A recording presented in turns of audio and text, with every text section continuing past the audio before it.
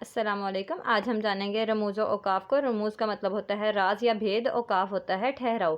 ठहराव को जानना कि किस तरह से उर्दू में लिखते हुए कितना ठहराव कहाँ पे आए, यह अलामतों के ज़रिए भी एक्सप्लेन किया जाता है।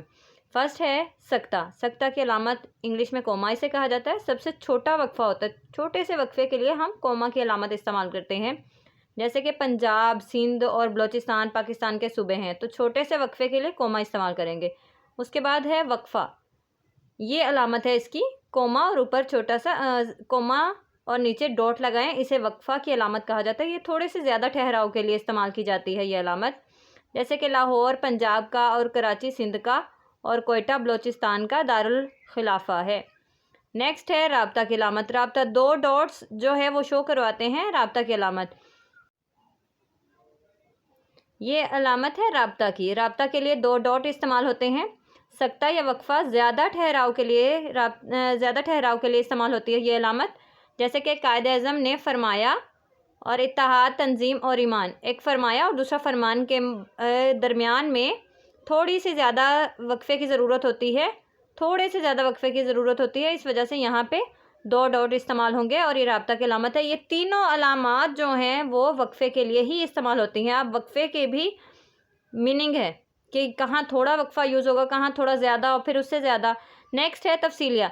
ये है 2 डॉट और ये ख़त्मा की अलामत जो लगाई जाती है वो ये तफसीलिया के लिए इस्तेमाल होते हैं। समटाइम्स बच्चे जो हैं वो शायर का नाम या नज़म का उन्वान ये लिखने के बाद ये तफसीलिया की अलामत लगा देते हैं, जो कि बिल्कुल गलत है।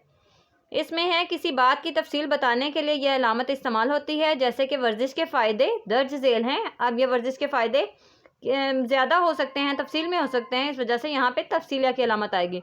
नेक्स्ट है सवालिया। सवालिया ये अलामत है सवालिया की। किसी जुमले में सवालिया कैफियत को ज़ाहिर करने के लिए यह अलामत इस्तेमाल होती है। जैसे कि आप कौन हैं, वो कब आएगा, ये सब सवालिया में आएंगे। उसके बाद है नेक्स्ट है ख़त्मा। ख़त्मा कहते हैं फुल स्टॉप को इंग्लिश में, और उर्दू में ख़त्मा की अलामत इस्तेमाल होती है। किसी जुमले के ख़ात्मे के लिए यह अलामत इस्तेमाल होती है कि जुमला मुकम्मल हो गया है, लास्ट में हम ख़त्मा लगा देते हैं। वो अच्छा लड़का है, ये भी बहुत ज़रूरी है।